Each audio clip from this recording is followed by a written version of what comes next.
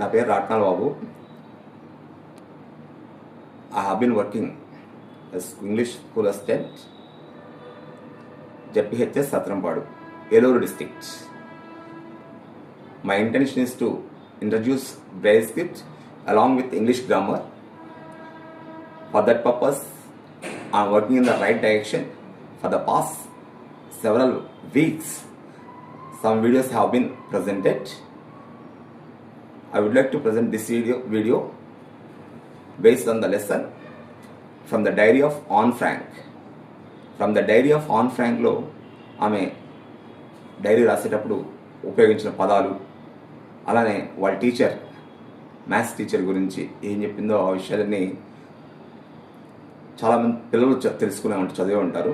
కీసింగ్ గురించి, అలానే వాళ్ళ ఫాదర్ అండ్ మదర్ ఎవరు అంత ఓపిక్గా పేషెంట్ హియరింగ్ ఇవ్వకపోవడంతో ఆమె డైరీ రాయడం గురించి ఆ పాఠంలో ఉంది. డైరీకి ఎక్కువ పేషెన్స్ ఉంటుందని ఆమె అభిప్రాయపడింది. ఈ విషయాలు చెప్పాము. సరే, ఈరోజు వి ఉంది చూడండి. దాంట్లో కాంట్రాక్టెడ్ ఫార్మ్స్ అంటే when we speak we use contracted forms or short forms. మనం మాట్లాడేటప్పుడు కాంట్రాక్టెడ్ ఫార్మ్స్ కానీ షార్ట్ ఫార్మ్స్ కానీ ఉపయోగిస్తాం. ఉదాహరణకి కాంట్ ఉపయోగిస్తాం. I would or I had.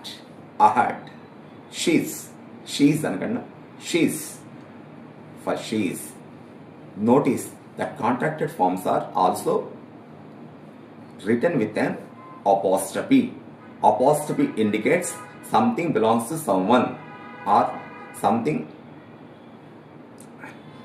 To write short forms or contracted forms, we use apostrophe. Something belongs to someone అంటే ఏదో ఒకటి ఎవరో ఒకరికి చెందుతుంది. Raju's pen, Ravi's book, Veena's house అలా వాడుతుంటారు.